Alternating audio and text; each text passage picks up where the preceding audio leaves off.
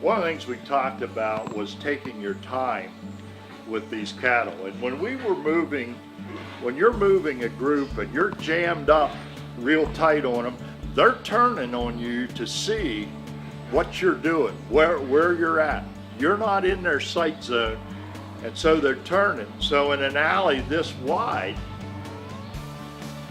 if I've got, heifers that I'm trying to bring here, and I'm right up on them, and there's others directly across from them, these are going to turn and they're going to get all excited and they're going to take off and go.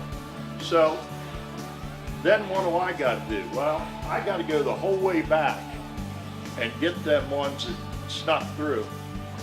Whereas if I back off and do a little bit of a zigzag, okay, these are back a little further, we get them moved, and then this group now's back a little further, we get them moved, and I may just have to step back a couple steps and take my time so that they feed.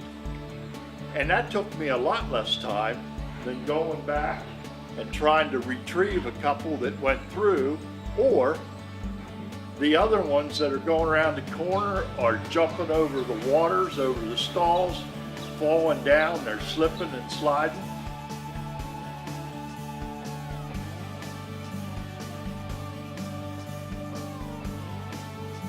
One of the things that we have to remember with the cattle, and we talked about with the training, is the eyes on the side of the head versus the human eyes where we're straight out front.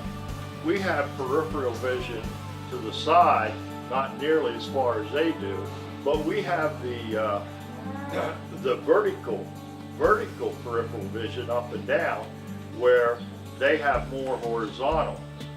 But their horizontal is very limited because, as we said, they don't have this as much vertical.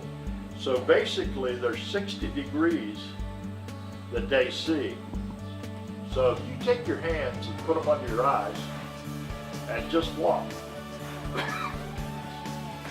If you just walk like this, that's what they see. They don't see anything. And I would challenge you to go to the top of a set of stairs that's steep and do that. And not hold that tight and not be able to see your step. Have you ever seen calves or heifers coming off of a trailer that's up a couple feet? What do? They don't just step off. If it's lower, they jump because they can't see the surface. And so we've got to remember what they're seeing versus what we normally see.